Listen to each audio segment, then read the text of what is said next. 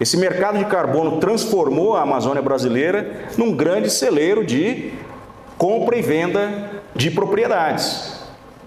E num ambiente extremamente vulnerável, do ponto de vista fundiário, né? E nós precisamos, obviamente, promover um mercado de terra seguro. Nós não podemos ficar observando um ambiente extremamente precário, observar que existe a grilagem e tal, e abandonar ou até mesmo condenar, né, o mercado. Ao contrário, nós temos que garantir um processo de regulação, de governança qualificada sobre esse território, para que o país desenvolva esse mercado de forma saudável e segura para os investidores, para os proprietários e para o Estado.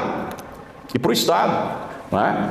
Mas esse ambiente, infelizmente, ele é promovido, né, por alguns atores que enxergam em alguns ambientes da Amazônia possibilidade ainda, né, por conta dessa precariedade na governança e gestão das terras, de se apropriar ilegalmente. E essa dinâmica que alguns autores têm chamado de green labbing, que é um processo de apropriação verde, não é? Em territórios também em desenvolvimento, na Índia e país, Indonésia, enfim, é uma preocupação também global, ou seja, de que se promova um processo sustentável e seguro deste mercado para não permitir, obviamente, que ocorra o que a gente está observando aqui no Brasil, né? Então a gente tem que evitar que essas coisas aconteçam, evitar que essas manchetes cheguem no nosso Brasil. E nós temos um papel extremamente importante para isso, não é? Nós, como eu coloquei aqui no início, nós chegamos até aqui por conta de uma série de variáveis. Tanto do ponto de vista evolutivo, no passo em que nós chegamos, né, na importância do ponto de vista da gestão territorial, com o trabalho de vocês, como também nos aspectos negativos que nós estamos vendo. Tem uma série de variáveis que constroem ambientes para o nível que nós chegamos, né, do ponto de vista positivo da governança e gestão de terras, como também para essa situação. Ponto 1, importante, isso aqui é marginal. Nós não estamos falando de regra, nós estamos falando de exceção. Né? Então a exceção é possível de ser combatida e quando se tem vontade institucional, vontade política, a gente consegue combater com mais eficiência. Com isso, nós não podemos contaminar as ações e iniciativas positivas que nós temos por conta de problemas que são marginais. Nós não podemos contaminar tudo que foi construído, todos os aspectos positivos, tudo que o país desenvolveu, tudo que vocês participaram diretamente por conta desses problemas marginais, dessa agenda negativa que vai surgindo e ganham as manchetes, né? Porque a gente sabe que aquilo que a gente vai fazendo no dia a dia de positivo fica aqui escanteado lá no escaninho, não vão para as grandes manchetes, para a grande mídia, mas quando surge um negócio desse parece que é só isso que existe no país. Não é só isso, ao contrário, né? Nós estamos falando aqui de exceção que deve ser combatida e vamos focar naquilo que é importante e positivo para todos nós, né? Nesse aspecto, não dá para nós abandonarmos aqui no Brasil a história que nós tivemos, e aí nós temos também como cidadãos reconhecer essa trajetória histórica para a construção de um sistema de administração de terras por problemas que a gente tenha, né? Algumas pessoas discutem, por exemplo, por que, e colocam uma interrogação sempre, naquele período da década de 60 e 70, nós tivemos os grandes passos e grandes formulações para a estruturação do que hoje a gente chama de sistemas de administração de terras, SAT. Claro que consideradas as limitações que nós tínhamos na época. Quando a gente olha para a nossa história e olha o que foi construído do ponto de vista normativo naquele período e enxerga a realidade dos países vizinhos, aí a gente começa a enxergar de fato o quanto nós evoluímos. Se nós estivéssemos no passo, por exemplo, que tem alguns países vizinhos aqui, principalmente não vizinhos, mas na América Central, né, aí sim nós estaríamos num caos e perdidos totalmente, né? Na década de 60, sem olhar aqui, nós tivemos passos gigantescos em 100 anos. A cada 100 anos, 120 anos, né, mais ou menos, a gente construiu passos relevantes com o trabalho de técnicos, né, técnicos da agrimensura da época, topógrafos, enfim, a turma que foi construindo esse cadastro, né. Vamos ter como referência aqui que nós tivemos, né, além de Rondon, né, outros, mas nós tivemos o cadastro napoleônico em 1807.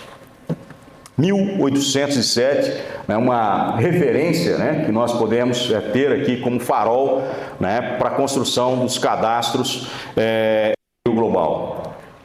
O nosso país, a partir de 1500, né, andando a passos lentos no processo de distribuição de terras, promoveu, né, uma distribuição de terras problemática e com instrumentos jurídicos que foram consolidando alguns problemas que a gente vive até hoje. Né? Se nós imaginarmos aí que nós tivemos o processo de distribuição de terras que vai a 1820, não é? Através das Seis Marias, e se interrompe esse processo de distribuição através das Seis Marias em 1820 e até 1850 a gente não tem instrumento jurídico nenhum, né, que organiza a distribuição de terras no Brasil, né, e se consolida então em 1850 o primeiro marco, né, de governança e administração, que é a Lei de Terras de 1850, nós não podemos, pelo fato de ter a Lei de Terras de 1850, apagar tudo o que aconteceu no passado. Há um processo de distribuição de terras que, né, nós precisamos observar e que é observado até hoje. Em processos de desapropriação no INCRA e outras instituições do governo federal, por exemplo, né, o governo federal e a AGU vai olhar isso até se essa sesmaria caiu em comício ou não. Né? E se tiver algum rompimento nessa cadeia dominial lá, pode-se daqui um pouco discutir a nulidade desse título. Né? Então não dá para apagar esse passado que nós tivemos na distribuição de terras. E é um passado que tem uma trajetória que vai se consolidando até hoje no que nós chamamos de República do Fato Consumado, no que diz respeito à administração de terras. Por que a República do Fato Consumado? Porque a gente trabalha sempre na lógica da legitimação de posse. Em 1750 nós temos um grande marco lá, que é o Tratado de Madrid, que consolida, né, a ocupação territorial aqui no Brasil, nesse acordão da coroa portuguesa com a coroa espanhola, e depois de 100 anos, desse primeiro, não vou dizer que é o primeiro, um grande marco, né, da legitimação de posse, em 1850 a gente consolida de novo, né, a legitimação de posse com base no mesmo instrumento romano, aquele ite posseditis, ita possediatis, ou seja, do jeito que você possui, você continua possuindo, né, a sua terra, se consolida a legitimação de posse em 1850, né, com a Lei de Terras. É importante registrar que a Lei de Terras foi aprovada debaixo de muito debate, discussão, crise política no país, e levaram 3 anos, no mínimo, né? De 1847, 46 começou esse debate para se aprovar essa Lei de Terras, e a grande discussão era como é que ficaria o processo de distribuição das terras, como é que ficaria a responsabilidade, né, territorial nessa distribuição, e o grande tema era o que fazer com as terras que tinham sido apossadas, além daquelas que tinham sido distribuídas pela coroa. E aí vamos legitimar, entendeu? Legitima lá a partir de alguns critérios e tal. E outro elemento importante que não dá para ignorar é que mesmo nessa distribuição de terras tem uma responsabilidade vinculada ao cidadão que está recebendo esse direito, ou seja, ele precisa dar uma destinação para aquelas terras, seja as Seis Marias recebidas, seja um processo de regularização a partir da Lei de Terras de 1850, não é? E aí a gente tem uma trajetória que vai até uma próxima crise em 1888, então, grande debate da abolição da escravatura, em 1888 com a Lei Áurea. Por quê? Porque em 89 vem a proclamação da República. Não é? E aí o que fazer, né, diante do cenário que nós temos de grandes propriedades no Brasil apropriadas, né, através daquela distribuição anterior de terras e sendo exploradas a partir da mão de obra escrava. Aí vem toda aquela crise econômica de novo ali pós 1888, por conta das grandes fazendas de cafés que dependiam necessariamente de cana-de-açúcar, enfim, outras minas, da mão de obra escrava, não é? E com isso uma evolução muito lenta no que diz respeito à organização territorial e o cadastro de terras no Brasil. E aí tem toda a história do Código Civil, cadastro, o registro paroquial, enfim, né, até a gente ter uma evolução de fato aí com a Lei de Registros Públicos. Então esse histórico a gente não pode perder, não é, sobre essa precariedade e esse processo de sempre legitimar. E aí legitimar o quê? né? Por isso que eu coloquei há pouco que dentro dos princípios gerais das diretrizes voluntárias para a governança responsável da terra, profissionais, especialistas precisam promover, sim, um trabalho técnico qualificado, ético, para garantir o direito a quem tem o direito legítimo, né, de acesso à terra. E aí, obviamente, essas peças técnicas produzidas por vocês vai apoiar essa legitimação de quem está ali numa situação vulnerável, que são os posseiros. Dentro do que? De uma lógica de legitimação de posse, às vezes, que veio lá 1750, veio 1850, e aí a gente dá um salto em 1964, né, alguns anos depois, mais de 100 anos depois, com o Estatuto da Terra, novamente trazendo essa perspectiva da legitimação de posse, não é? E aí, nesse período, me vê o tempo, por favor, já era 1 hora que eu tinha para falar, eu acabei não controlando. Agora, tem uma questão urbana também, que é Petrópolis, essa questão aí dos descendentes legitimando a posse da terra. Sim, sim. O Rio de Janeiro ainda tem toda a nossa grande fazenda nacional lá, precisa ser resolvido. Então, nesses 10 minutos, eu quero reforçar, não é, essa trajetória histórica e relevância da construção, né, do mapa, né, que nós temos hoje, né, e do mosaico que nós temos hoje, a partir do trabalho de vocês, ou até dos antecessores que tiveram uma atuação nessa pegada aí do ordenamento territorial, não é, e qualificação da gestão do território nacional. A década de 70 foi muito relevante para a estruturação, né, e organização da gestão do território brasileiro. Nós tivemos nessa década, primeiro, vem o Estatuto da Terra em 64, sim, né, reforma agrária, e em 64 cria um de terras. Para a maioria das pessoas que estão sempre aqui lidando com isso, parece que é uma coisa trivial, entende? 64, cadastro, ok e tal. Não é trivial. Se a gente olhar a realidade de diversos países, o Brasil criou um cadastro de terras, né? Claro que com a perspectiva também tributária, que assim, né, historicamente os cadastros vão se evoluindo, perspectiva fiscal, depois uma perspectiva territorial, e hoje nós temos que ter uma perspectiva multifinalitária, com interoperabilidade, mas também com a perspectiva sustentável e muito preocupado com os temas do câmbio climático, mas naquela época era a construção de um cadastro, ordenamento territorial e reforma agrária em 64, não é? Só que ali na década de 70 vem a Lei 6383 de 76, alguém aqui já deve ter trabalhado com isso, que é a Lei de Discriminatórias, que permitiu o Estado brasileiro operar a grande colonização de terras na Amazônia. Não era possível avançar com entregar para não entregar as terras sem homem, para os homens sem terra na Amazônia, sem um instrumento jurídico que possibilitasse o governo a fazer uma discriminatória para trazer para o patrimônio e destinar esse patrimônio, que era a terra, para quem estava dentro dos projetos de colonização. Nós tivemos aí a criação, aí sim, da Lei 58, sistema de cadastro. Então nós temos um cadastro criado em 60, não dá para dizer que é o primeiro cadastro, nós tivemos um cadastro tributário antes, mas 64, cadastro de terras, e a Lei 5868 cria um sistema de cadastro, não é? 6383 organiza a destinação de terras aqui no Brasil com a lei de discriminatória, não é?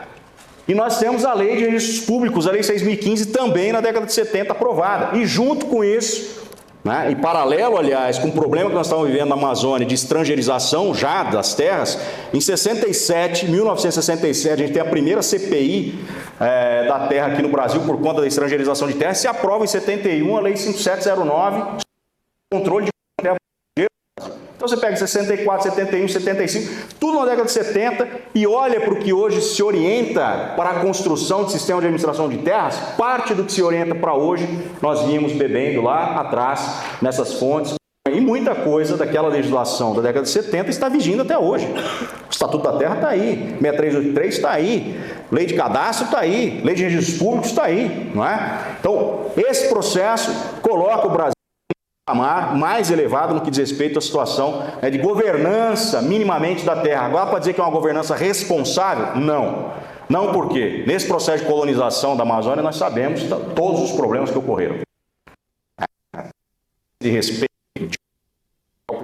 que ali já vivia, uma desordenada, regiões. O Estado brasileiro abandonou aqueles que foram sujeitos da colonização da Amazônia durante 20, 30 anos e ficaram lá, sujeitos da própria história, sem, né, o reconhecimento efetivo do seu direito, sem um documento definitivo. Muitos receberam documentos precários, que é outro problema grave que nós temos no sistema de governança e administração de terras no Brasil, esse permanente processo de distribuição de documentos precários que não consolidam a ocupação efetiva da terra e não garantem o direito efetivo a partir de um título definitivo. Nós tivemos isso lá na década de 70, recentemente tivemos de novo esse ciclo de entrega de títulos precários, que vai consolidando um ambiente de ordenamento territorial e um ambiente fundiário extremamente precário, não é? Mas, em alguma medida, a gente tem uma plataforma, né, de administração de terras. E aí a gente vai evoluindo, anos 2000, para encerrar nos 5 minutos, né, os anos 2000, com um grande funcionário em nível global, que é a Lei 10.267, que se integra em 2015, finalmente, um CAFIR da Federal, finalmente, não é? E cria em 2001 a figura do georreferenciamento de imóveis rurais, não é? Todas as medidas de comando e controle de desmatamento e gestão territorial da Amazônia, decreto 6321 de 2008, resolução do Banco Central, provisória 458, convertida na Lei 11952 de 2009, cria o programa Terra Legal da Amazônia, 2012, Código Florestal, né, e aí outras medidas, né, importantes. Né, o INCRA finalmente publiciza os dados fundiários no Brasil no I3GEL, chamado I3GEL. Né, em 2012 dá o passo final, aí, 2013, de alterar as suas normas, né, um grande aprendizado para todos nós. Eu tive a satisfação de liderar esse processo junto com o nosso time que estava aqui na época, não é? De criar a automatização da certificação de georreferenciamento ali em 2013. E assim, né, as políticas foram, em alguma medida, depois de 30 anos, o Estado vai colocar os terras na Amazônia para regularização fundiária, né, e ordenamento com essas medidas, e a lei volta a ser alterada em 2017, quando se cria, né, a figura da regularização. Não se cria, na verdade altera a Lei 11952, a Lei 13465 de 2017, cria, né, a regularização, adapta e traz inovações para a regularização fundiária urbana, para a regularização fundiária rural da Amazônia e fora da Amazônia, e traz a figura de regularização em assentamento. No ano de 2017, temporal, para encerrar de fato, assim, não é trivial no que diz respeito principalmente ao ordenamento territorial e à governança de terras. E é um que leva anos. Isso lá em 1847 aconteceu, né, e aconteceu com a Lei 6383 em 76 e de novo com a Lei 11952 em 2009. Que é... Em relação ao Acre. A gente pode falar do Acre depois, aí, da Bolívia, do Acre. Né? Com certeza. Esse processo, né, que ocorreu ao longo desse tempo de alteração legislativa, ele carrega consigo o marco temporal. O que é o marco temporal? Nós temos terras públicas remanescentes e nessas públicas remanescentes são gigantescas, não há muro, não tem cerca. Elas estão lá e com uma dificuldade enorme do Estado fazer gestão sobre essas terras. Então há um processo de ocupação que vai ocorrendo. O marco temporal é para dizer o seguinte: a partir desta data, o governo não vai regularizar ninguém mais que esteja ocupando terra pública a partir dessa data. Na lei de 2009, o marco temporal foi 2004. Então aprovou a lei em 2009, só será possível regularizar quem está na terra em 2004. Né? Depois se altera isso com a Lei 13465, vem para o ano de 2008, que é o mesmo marco do Código Florestal, depois se tenta mudar isso novamente para 2012, 2016. Por que isso é um problema no ordenamento territorial? Porque você vai criando sempre uma anistia para o processo de ocupação espontânea permanente, né, e não há um controle sobre esta ocupação. Né? Então, essa é uma trajetória, para encerrar de fato, que nós precisamos observar para entender o quanto nós evoluímos, a importância do trabalho de vocês, a importância maior ainda do trabalho de vocês de agora para frente. Vocês viram ontem no Plano Safra que houve uma aprovação de um crédito para a regularização fundiária, onde o cidadão poderá promover o seu trabalho de regulação fundiária individualmente com crédito até R$10 mil. Esse crédito, acho que com o tempo ele vai evoluindo, vai crescendo, mas já é um grande passo onde o cidadão vai poder ter dinheiro para fomentar essa regularização fundiária. E a gente precisa dar um passo de fato para um cadastro multifinalitário. Eu não entrei nesse tema porque nós temos outros especialistas que vão tratar aqui para enfrentar a história do CIB, do CAR, do CIGEF, do SNCR, do CAFIR, da quantidade, o André Mendonça chama de fauna de cadastros do Brasil, né, interoperabilidade com registro, qualificação de registro, que o nosso amigo Arimatea vai tratar. Né? Então, agradeço demais a paciência de vocês, reforço o quanto vocês são importantes para o desenvolvimento do nosso país, agradeço, né, vocês terem participado no período que eu estive diretor nacional do INCRA na construção, né, dessa grande plataforma de ordenamento territorial que a gente tem no Brasil hoje, é referência em nível global. Parabéns a todos vocês pelo evento e fico aqui à disposição para responder as dúvidas que tiverem. Obrigado.